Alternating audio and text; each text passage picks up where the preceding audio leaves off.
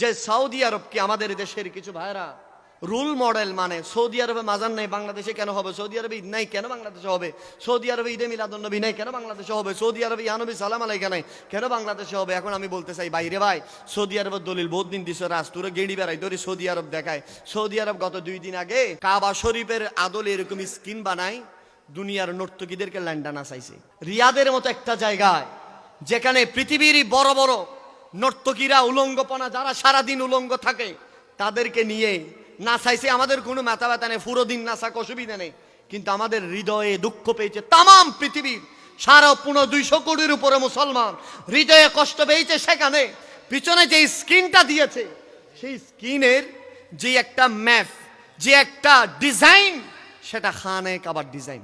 সেখান থেকে একের পর এক মুক্তি বের হচ্ছে, উলঙ্গ নাচতেছে। যে এত বিশ্রী, পুরো শরীরে কাফন নাই, তার শরীরের মধ্যে সৌদি আরবের সে পতাকা, যে পতাকার মধ্যে লা ইলাহা ইল্লাল্লাহ মুহাম্মাদুর রাসূলুল্লাহ কালমা আছে। কথা বলেন না ঠিক কিনা?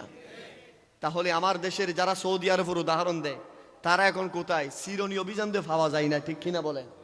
আজ যদি এই দৃশ্য যদি মিশর যদি করত, উড়াই ফেলতো পুরো দেশ সহ। সৌদি আরব করতেছে, উড়াচ্ছে না কেন? তাদের ফতোয়াবাজি বন্ধ কেন? কারণ যদি ফতোয়া যদি খুলে ওই রিয়াল যে বন্ধ হয়ে যাবে, সেজন্য সবাই চুপ আছে। কথা বলেন না ঠিক কিনা?